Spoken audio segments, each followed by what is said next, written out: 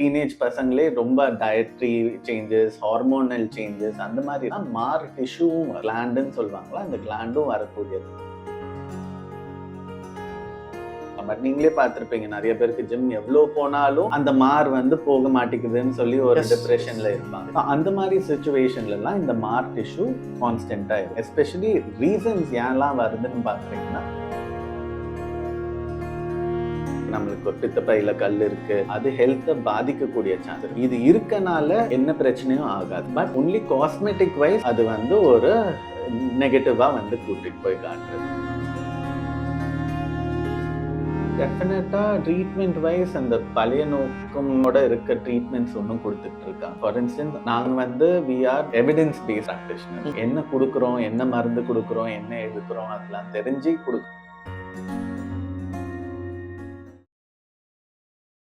Health tax வியூவர்ஸ்க்கு வணக்கம். நான் உங்க ஜித்து. இன்னைக்கு என் கூட ஒரு ஸ்பெஷலான ஒரு கெஸ்ட் இருக்காங்க. யார் வந்திருக்காங்க அப்படின்னா, general and cosmetic surgery doctor Rufus Edwin தான் இருக்காங்க. வணக்கம் சார். வணக்கம் சார். எப்படி இருக்கீங்க? நல்லா இருக்கேன். நீங்க எப்படி இருக்கீங்க? சூப்பரா இருக்கேன். சந்தோஷம் உங்களை சந்திச்சதுல. Pleasure is mine, sir. Thank you. Sir, நிறைய சந்தேகங்கள் இருந்துட்டே இருக்கு. கைனோகோமாஸ்டியானா என்ன, அதை பத்தி ஒரு புரிதல் சொல்ல முடியுமா? கைனோகோமாஸ்டியானா ஆண் மார், லைக் விமென், லேடிஸ் மாதிரியே ஜென்ஸ்க்கும் மார் இருக்கும். மார் டிஷ்யூன்னு இருக்கிறது ஜென்ஸ்க்கு வந்து அவ்வளோ ப்ராமினெண்டா வராது. பட் ஆனால் சலூங்களுக்கு வளர வயசுல இருக்கலாம், வெதர் பியூபர்ட்டி டைம், இந்த வளர்ந்து ஆழ மாறுற டைம்ல வந்து பிரெஸ்ட் டிஷ்யூ ஓவரா ப்ரொடியூஸ் ஆயிட்டு வரும். ஸோ அந்த மாதிரி சூழ்நிலையில வந்து இந்த ஆண் மார்கள் கொஞ்சம் பெருசா தெரிகிறது. இது வந்து கைனோகோமாஸ்டியான்னு சொல்லுவாங்க இங்கிலீஷ்ல. அது டிஃப்ரெண்ட் கிரேட்ஸா இருக்கும். கிரேட் 1, கிரேட் 2, கிரேட் 3, கிரேட் 4ன்னு இருக்கு.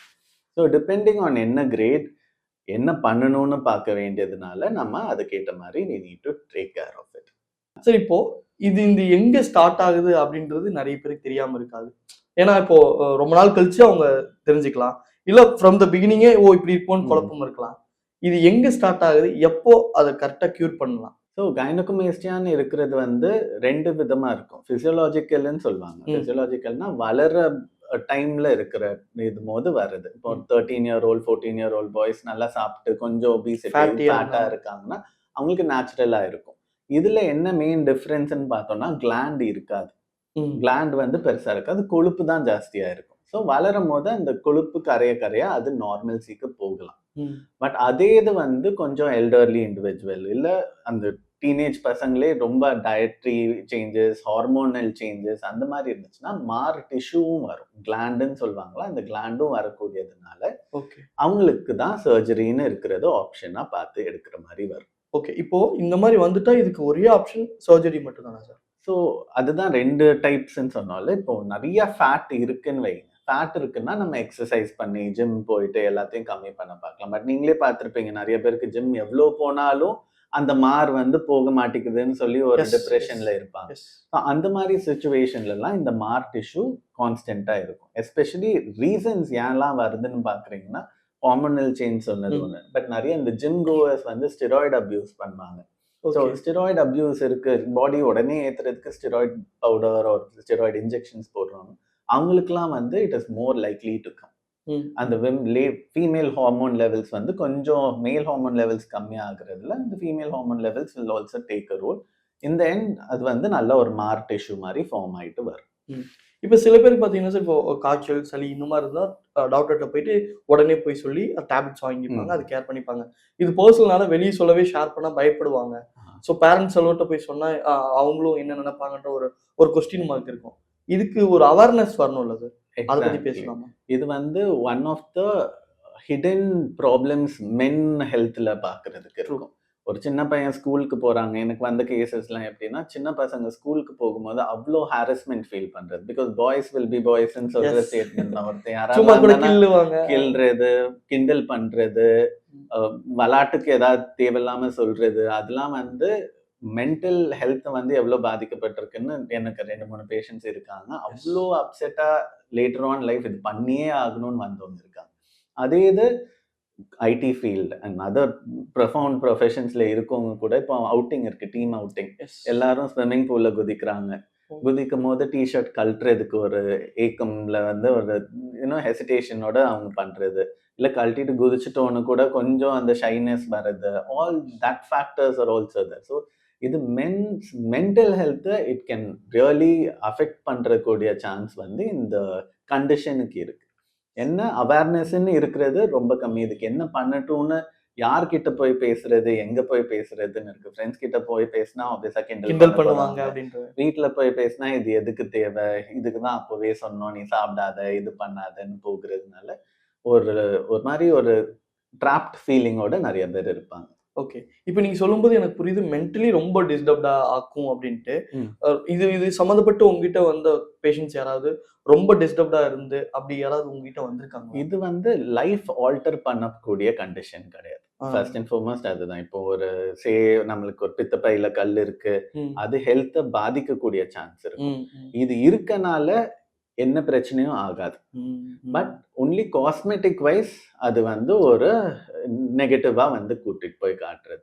ஸோ அதனால மென்டலி அஃபெக்ட் ஆகுற அளவுக்கு இருக்குன்னா, கண்டிப்பா இது ஒரு கண்டிஷன் அவ்ளோ லெவலுக்கு போக வேண்டிய அவசியமே இல்ல. என்ன இந்த ஹாரஸ்மென்ட், புல்லியிங் அந்த ஃபேக்டர்னால தான் அஃபெக்ட் ஆகுமோ இல்லையோ, இந்த கண்டிஷன்னால பாடி சேஞ்சஸ், மைண்ட் சேஞ்சஸ் அது வரக்கூடியது இல்ல.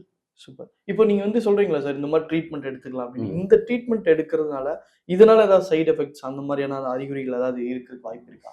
ஸோ இது வந்து கன்வென்ஷனல் பிராக்டிஸ். முன்னாடி இருக்க சர்ஜரிஸ் என்ன பண்ணுவாங்கன்னா, வெப்ஸ்டர்ஸ் ப்ரொசீஜர்ன்னு சொல்லி பண்ணுவாங்க. அந்த மார்ல வந்து 2 கட் பண்ணி ஒரு பைசைக்கிள் ஹேண்டில் மாரி போட்டு, உள்ள இருக்க கொழுப்பும், கிளாண்டும் 2த்தையும் சேர்த்து எடுத்துருவாங்க. ஆனா வெப்ஸ்டர்ஸ் ப்ரொசீஜர் ஏன் அவ்ளோ ப்ராமினென்ட்டா இப்போ டைம்ஸ் வந்து சேஞ்ச் ஆயிடுச்சு. அந்த ம். முன்னாடி கிழிச்சு விட்டு எடுக்கிறதுலேருந்து ஃபுல்லா காஸ்மெட்டிக் வைஸ் நம்ம மெயினா போகுறதுக்கு தான் ம். பிளான் ம். ம். பண்ணியிருக்காங்க. ஸோ அந்த வெப்ஸ்டர்ஸ்ல கிழிச்சு விடுறதுக்கு பதிலா இப்போ லைப்போசக்ஷன் பண்றோம். ம். லைப்போசக்ஷன்னா அந்த கொழுப்பு எங்கெல்லாம் இருக்கோ, அது பிரெஸ்ட்டுக்கு மட்டும் பண்ணணும்னு இல்ல. வயிறுக்கு பண்ணலாம், குளூட்டியல் ரீஜன் பண்ணலாம், தொடைக்கு பண்ணலாம், கைக்கு பண்ணலாம். எங்க கொழுப்பு ஜாஸ்தி இருக்குன்னு தோணுதோ, அந்த ஏரியால வந்து கொழுப்ப உறிஞ்சி எடுக்கிறதுக்கு மெஷின போட்டு, கொழுப்ப ஃபர்ஸ்ட்டு எடுத்துருவோம். ம். கொழுப்ப எடுத்துட்டோன்ன, அந்த கிளாண்ட் மட்டும் 2 தனியா இட்லி மாரி 2 கிளாண்ட் மட்டும் தனியா இருக்கும். அத மட்டும் அந்த நிப்பில சுத்தி கிழிச்சு விட்டு எடுக்கிறதுல ஒரு தழும்பும் மேஜரா இல்லாம, ஸ்மூத்தா ஆப்பரேஷன் பண்ண அறிகுறி இல்லாத மாரி பண்ணிக்க முடியும். ஓகே. நீங்க சொல்லும்போது எனக்கு புரியுது. தேவையில்லாத ஃபேட்ஸ்லாம் எடுக்கறக்கு இது ஒரு ஒரு ம். ஒரு வே அப்படின்னு சொல்லிட்டு. இதனால நெறைய நான் பார்த்துருக்கேன். பிரெக்னன்சி ஆனதுக்கு அப்புறம் வந்து லேடீஸ் வந்து நெறைய பேரு உடம்பு போட்டுருவாங்க. ஃபேட் ஆயிருவாங்க. ஆ. ஸோ அப்ப அவங்கலாம் வந்து நான் வந்து ஒர்க் அவுட் பண்ணாம இருந்து ஸ்மார்ட்டா இருக்கேன். இந்த வழிய நான் எடுத்துக்கட்டுமா அப்படின்னு சொல்லிட்டு யாராவது வரக்கு வாய்ப்புகள் இருக்கா? சி இது லைப்போசக்ஷன் வெயிட் லாஸோட ப்ரொசீஜர் இல்ல. ம். அதுதான் ஏன்னா ஃபர்ஸ்ட் அங்க அண்ட் ஒரு ஃபார்மஸ்ட். குழப்பம்.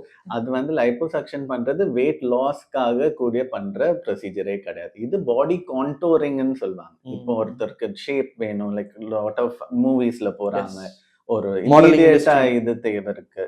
ஸோ அந்த மாரி சிச்சுவேஷன்ல ஸ்கார் இல்லாம பெருசா அப்டாமினோபிளாஸ்டின்னு பண்ணுவாங்க. அது வயிறு கிழிச்சு எக்ஸ்ட்ரா கொழுப்பெல்லாம் நம்ம எடுத்து ரிமூவ் பண்றது. தோலோட எடுக்குறது. ம். இது அது மாரி பெருசா ஸ்கார் இல்லாம பண்ணக்கூடிய ப்ரொசீஜர். பாடி ஷேப்ப வந்து நம்ம ரீட்டெயின் பண்றதுக்கு, ஆர் நம்ம தேவை இருக்க மாரி ஒரு ஷேப்ல கொண்டு வந்து பண்றதுக்கு ட்ரை பண்றது. ஓகே. என்னோட பாஸ் நான் யார்கிட்ட கத்துக்கிட்டேனோ, அவங்க வந்து he can make 6 packs with it. Oh! Super. லைப்போசக்ஷன்லயே பண்ணி அந்த ஃபேட் பிளேஸ்மெண்ட்ட கரெக்ட்டா வச்சுட்டு 6 பேக் ஒரு லுக்கே குடுக்கக்கூடிய அபிலிட்டி கூட இருக்கும். லைப்போசக்ஷன் பண்ணா. ப்ராப்பரா பண்ணா. ஸோ இந்த மாரி மக்கள் கிட்ட ஒரு புரிதல் இல்லாம இருக்குல்ல சார். இன்னும் வரவேற்பு வரணும் அப்டின்னா, என்ன விஷயங்கள நீங்க கன்வே பண்ணுவீங்க? ஸோ கைனோகோமேஸ்டியான்னு இருக்கிறது வந்து ஒரு பயப்படக்கூடிய கண்டிஷன் கிடையாது. இதுக்கு தீவிரமான இது ஃபைனல் சொல்யூஷன்னு பார்த்தோம்னா, வெறும் சர்ஜிக்கல் சொல்யூஷன் மட்டும் தான் இருக்கு. பிகாஸ் இந்த கிளாண்ட் எவ்ளோ வெயிட் லாஸ் பண்ணாலும், அந்த கிளாண்டுன்னு இருக்கிறத நம்ம போக்க முடியவே முடியாது. ம். அந்த கிளாண்ட வந்து ரிமூவ் பண்ணணும்னா, சர்ஜிக்கல்லி ஒன்லி மட்டும் தான் பண்ண முடியும். அந்த கிளாண்ட ரீட்டெயின் பண்ணி ரொம்ப நாள் விட்டா, அந்த கிளாண்ட் இன்னும் பெருசா ஆகக்கூடிய சான்ஸ். ஒரு பாயிண்ட்ல ரொம்ப பெருசா ஆயிட்டுன்னா, நெறைய தோல் இருக்கும். உள்ள ம். இருக்கிறத எடுத்துட்டாலும், அந்த தோல் வந்து ஜாஸ்தியா இருக்கிறதுல, நம்ம சொன்ன அந்த ப்ராப்பர் ஷேப் கொண்டு வரணும்னு ஆசைகள் வந்து, இன்னும் டிஃபிகல்ட் ஆகும். எஸ். ஸோ புரியுது சார். அதுதான் மெயின் கன்சர்ன் நம்மளுக்கு எப்படி அட்ரஸ் பண்ணணும். அண்ட் ஏதாவது இருக்கு, அந்த மாரி ப்ராப்ளம் இருக்குன்னா, சீக் மெடிக்கல் ஹெல்ப் ஃபர்ஸ்ட். நம்மளே எதுவும் ட்ரை பண்ணிட்டு, யாராவது ஒருத்தர் சொல்றாங்க, இது பண்ணுங்க. நெறைய Instagramல வீடியோஸ். நெறைய இதுல வந்து ஹீட் வச்சா கம்மியாகும், சூடு வச்சுக்கிட்டா கம்மியாகும்ன்னு சொல்லி தேர் ஆர் இது இன்டர்நேஷனலி நம்ம ஊருன்னு இல்ல. இன்டர்நேஷனலா நெறைய பேர் என்ன பண்ணுவாங்க, வார்ம் இத வந்து மேல வச்சு லிட்டரலா அயர்ன் பாக்ஸ் லெவலுக்கு ஐயய்யோ! இருக்கிறதெல்லாம் வச்சு பண்ணக்கூடியது இருந்துச்சு. ம். பட் இப்போ அதெல்லாம் it's not required. It's not something to be worried about. பண்ணணும்னு இருந்தா surgical options are there. Okay. இதுக்கு இப்போ முதல் உதவி அந்த மாரி ஏதாவது இருக்கா சார்? இப்ப நான் வந்து எனக்கு தெரிஞ்சிருச்சு. இப்ப நான் ஃபர்ஸ்ட் ஸ்டெப்பா நான் என்ன பண்ணணும்? ஃபர்ஸ்ட் ஸ்டெப் இருக்கு. கைனகோமேஸ்டியா மாரி டெவலப் ஆகுது. எதால வருதுன்னு நீங்க ஃபர்ஸ்ட் கண்டுபிடிங்க. ம். டயட்ரி லைஃப் ஸ்டைல் ஹேபிட்ஸ் மோசமா இருக்கு. நம்ம கண்டபடி ஜங்க் ஃபுட் சாப்பிடுறோம். ஏதாவது அது மாரி எடுத்துக்கிறோம்னு இருக்குன்னா, அதெல்லாம் நம்ம அவாய்ட் பண்ண வேண்டியது இருக்கு. நம்பர் 2 என்ன ரீசன்னு சொன்னோம். இந்த மாரி ஸ்டெராய்ட் எங்கேயாவது ஜிம்ல யாராவது ட்ரெய்னர்ஸ் குடுக்குறாங்க, சஜெஸ்ட் பண்றாங்க எடுத்துக்கோங்கன்னு சொல்லி. ஏன்னா உடம்பு உடனே ஏறும். அந்த ஆசைக்காக நம்ம போய் hard work always pays. Yes. கன்டினியூஸா வொர்க் பண்ணா பாடி வரும். அதுக்கு ஷார்ட் கட்ன்னு இருந்தா அதோட சைட் எஃபெக்ட்ஸும் இருக்கும். எஸ். அந்த மாரி ப்ரொசீஜருக்கு சைட் எஃபெக்ட் கண்டிப்பா இந்த கைனகோமேஸ்டியான்னு வருது. அது தவிர ஹேர் ஃபால்லேருந்து எல்லா இஷ்யூவும் அந்த அது கேடு வந்து ஒரு தனியா போகுற ட்ராக் இருக்கும். ம். பட் ம். இந்த மாரி ரிஸ்க் ஃபேக்டர்ஸ் இருக்கு, மோசமா இருக்கு. அதெல்லாம் அவாய்ட் பண்ணிட்டு ஒரு healthier lifestyle, normal working out, energy burn பண்றது அதெல்லாம் பண்ண பண்ண this will start to settle down. சரி, இப்போ நீங்க சோசியல் மீடியா வந்துருச்சு. இப்போ நெறைய பேர் பார்க்குறாங்க. இருந்தாலும் கிராமப்புறங்களுக்கு இன்னும் போய் சேரவே இல்ல அப்படின்ற மாரி ஒரு விஷயங்கள் உங்களுக்கு தோணுதா சார்? டெஃபினட்டா ட்ரீட்மெண்ட் வைஸ் அந்த பழைய நோக்கமோட இருக்க ட்ரீட்மெண்ட்ஸ் இன்னும் குடுத்துட்டு இருக்காங்க. ம். ஃபார் இன்ஸ்டன்ஸ் நாங்க வந்து we are evidence based practitioners. ம். ம். என்ன குடுக்குறோம், என்ன மருந்து குடுக்குறோம், என்ன எடுக்கிறோம் அதெல்லாம் தெரிஞ்சு குடுக்குறோம். இந்த மருந்து குடுக்குறோம்னா இதோட சைட் எஃபெக்ட் என்ன, எல்லாம் சொல்ல வேண்டியது எங்க கடமை. உண்மை. பட் ஊர் சைடுல இருக்கிறதுன்னு சொல்றது அவங்களுக்கு ஏஜ் ஓல்டு பிராக்டிஸ் இருக்கு. இப்போ வந்து for instance simple thing call புண்ணு இருக்கு. அதுல வந்து ஃபர்ஸ்ட் மஞ்சள் தூள தான் போட்டு இது பண்றோம்.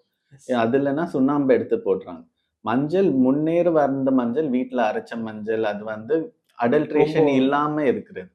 இப்போ அது சுத்தமானது, தூய்மையானது. சுத்தமானதுன்னு இருந்தது. இப்போ இருக்கிறது எப்படி இருக்கு, ஏது இருக்குன்னு யாராலயும் சொல்ல முடியாது. அண்ட் இப்போ அத போட்டு எவ்வளோ பேருக்கு இன்ஃபெக்ஷன் ஆகுதுன்னா, அதோட ஜாஸ்தியா தான் இருக்கு. So correct. First and foremost ஒரு சின்ன புண்ணுனாலும் என்ன பண்றதுன்னா, ஒரு நார்மல் துணி வாஷ் பண்ணி ஒரு துணி வச்சு ப்ளாக் பண்ணிட்டாலே ப்ளீடிங் எல்லாம் நின்னுடும். பிரஸ் பண்ணிட்டு இருந்தாலே ப்ளீடிங் நிக்கும்.